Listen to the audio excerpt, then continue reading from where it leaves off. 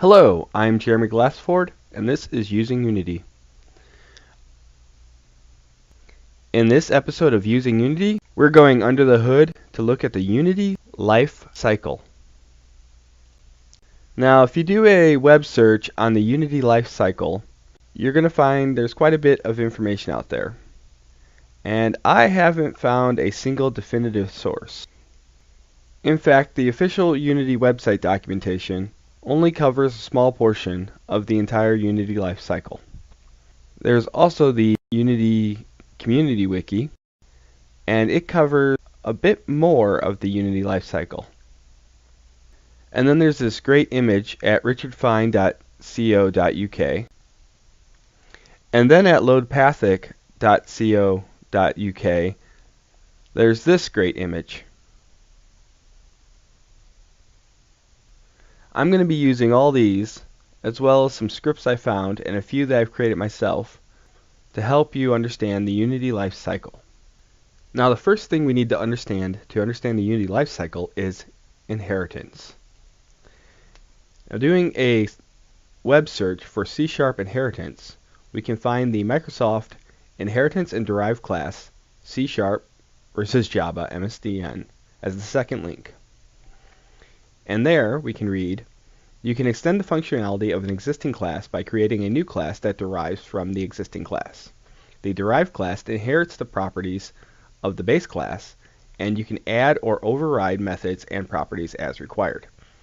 That's kind of a mouthful, but what it basically means is the new class has all the methods and functions as the class that it inherits from.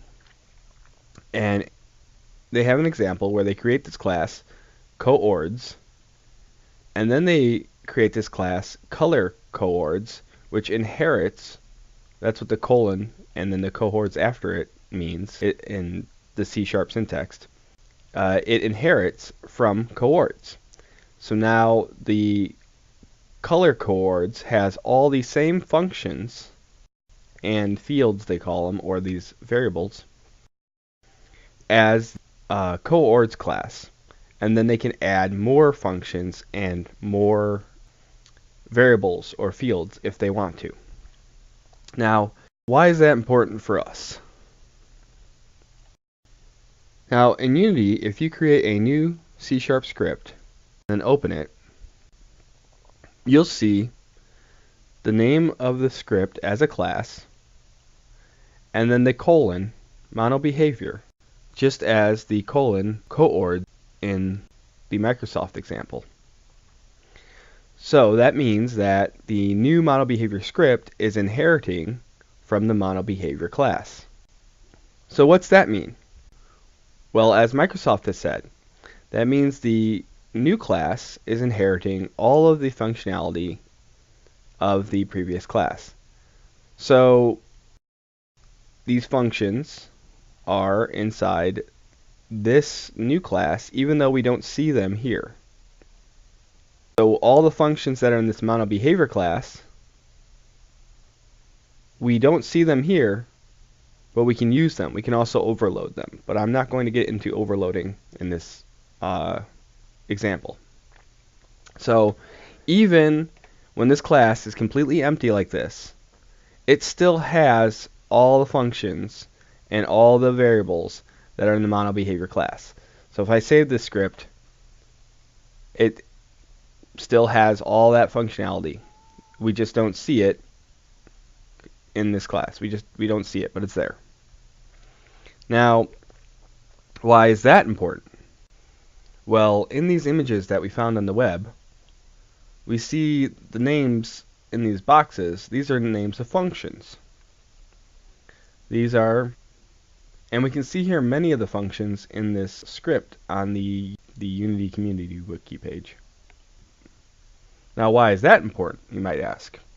Well, in the monobehavior class, there are all of these functions that we are seeing in these pictures and on these pages of the Unity lifecycle.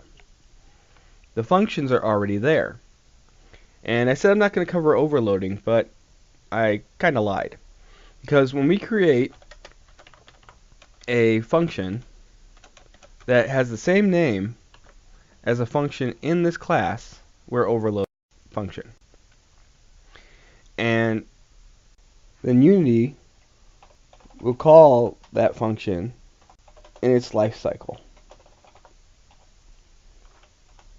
On the other hand, if we create another function that is not named the same as one of those functions, Unity will not call it.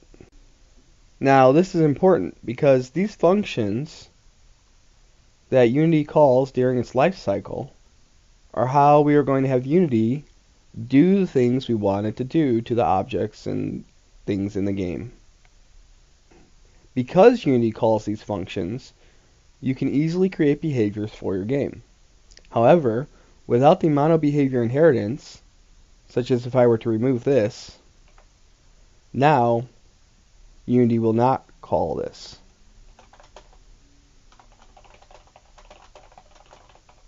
And that's important to know, because while it is possible to create useful scripts without the monobehavior inheritance, it's important to know that is the way it works while you're designing and creating your game. The script has been saved. Without the monobehavior inheritance, if I attempt to place the script on the red cube, Unity will give me an error. It says can't add script. Can't add script behavior, new behavior script. The script needs to derive from monobehavior. So if I return to the script, if I put the monobehavior back in so that the new class is inheriting from the monobehavior class and save it, and then attempt to place it on the red cube, we'll see that the script is indeed attached to the object.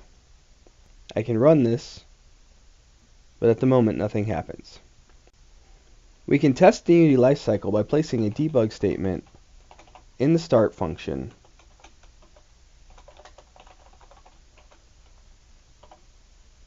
saving and compiling the script, and then running Unity. Now let's test other functions in the Unity lifecycle. Let's begin with reset, which is only called in the editor mode.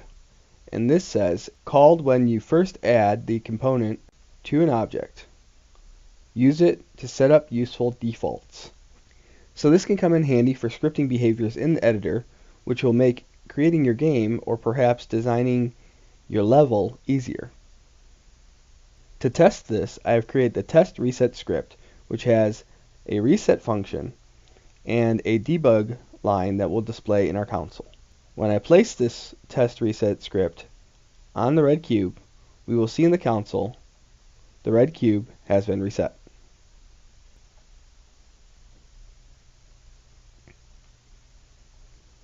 The next function we can test is the awake function. According to the documentation on the Unity website, under executive order of event functions, first scene load, awake, this function is always called before any start functions and also just after a prefab is instantiated.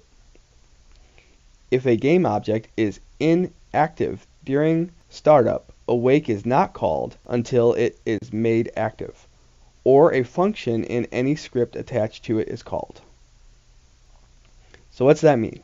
Well, we can test this by creating a simple script and creating our own awake function inside it,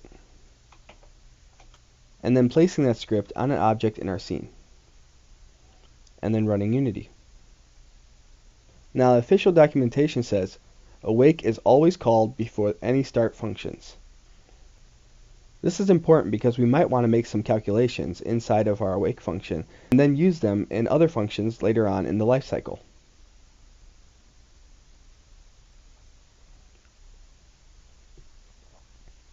It's important to know that all of the awake functions are called on all objects before any of the start functions are called on any of the objects.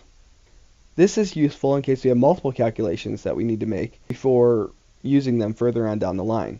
To demonstrate this, I have created this multiple awake test script, in which in the awake function, the object will say its name, and is awake.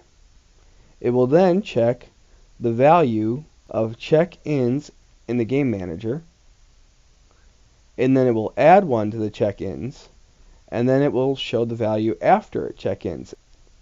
And then in the start function, it will display the total number of check-ins in the game manager. Now, by placing the script on the red cube and placing the script on the blue cube, and then playing Unity, we can see that the blue cube is awake. Before the check-in, there are 0 check-ins. Then it checks in, and there is 1 in check-in. Then the red cube is awake. And then before the check-in, there is 1 check-in. After the check-in, there are 2 check-ins. But then the start function for the blue cube is called, and we see 2 check-ins. And the start function for the red cube is called, we see 2 check-ins. And this is important, because while most of the time, people consider all of the awake functions to be called at the same time, and all of the start functions to be called at the same time, this is in fact not true. Unity goes through its list of objects, and beginning with the first object it finds, it calls its awake function, which in this case was the blue cube. Then it finds the next object and calls its awake function, which in this case was the red cube. After it is completed calling the awake function on each of the objects, it then goes back to the top of the list and calls the start function for the first object it finds, and then the start function for the second object it finds, and so on and so forth. Now, on the Unity Community Wiki, under Lifecycle, I found this script. The author of the script says, "Don't take my word for it, try it for yourself." So that's exactly what I did. This script is the script from the Unity Community Wiki. By placing the script on the red cube and pressing play, we can see Unity going through its life cycle. I recommend that you try it for yourself. Now that we've seen some of the value of the awake function, let's check out the OnEnable function. Here it says if the component is created because of an instantiate call, awake is always called, and OnEnable is called if the new component starts enabled before instantiate returns. So what's that mean? Well, let's test it. To test the enabled function, I've created this OnEnable test script. It has an awake function, an OnEnable function, a start function, an OnDisable function, and an OnDestroy function. By placing the script on an object on our scene and running Unity, we can see the blue cube is awake, the blue cube has been enabled, and the blue cube has started. We can see that the blue cube is awake, the blue cube has been enabled, and the blue cube has started. We can see that the awake function has been called, the OnEnable function has been called, and the start function has been called. If I disable the blue cube by this checkbox in the Unity editor, we will see that the OnDisable function has been called. When I re-enable the blue cube in the Unity inspector, we can see that the blue cube has been again enabled. However, we can also see that the awake function and the start function have not been called again. Now I've created 3 cube prefabs, each one with the OnEnable test script on it. The blue cube and the red cube are already in the scene with the script. When I press play, we can see the red cube is awake, the red cube is enabled, the blue cube is awake, the blue cube is enabled, the red cube has started, and the blue cube has started. Again, if I disable the blue cube, we see the blue cube has been disabled. And if I enable the blue cube, we see the blue cube has been enabled again. However, the blue cube has not been awakened again, nor has it started again. If I instantiate a green cube into the scene, we can see the green cube is awake, the green cube is enabled, and the green cube has started. If I disable the green cube, we see the green cube has been disabled. And if I delete the green cube, we see that the green cube has been destroyed.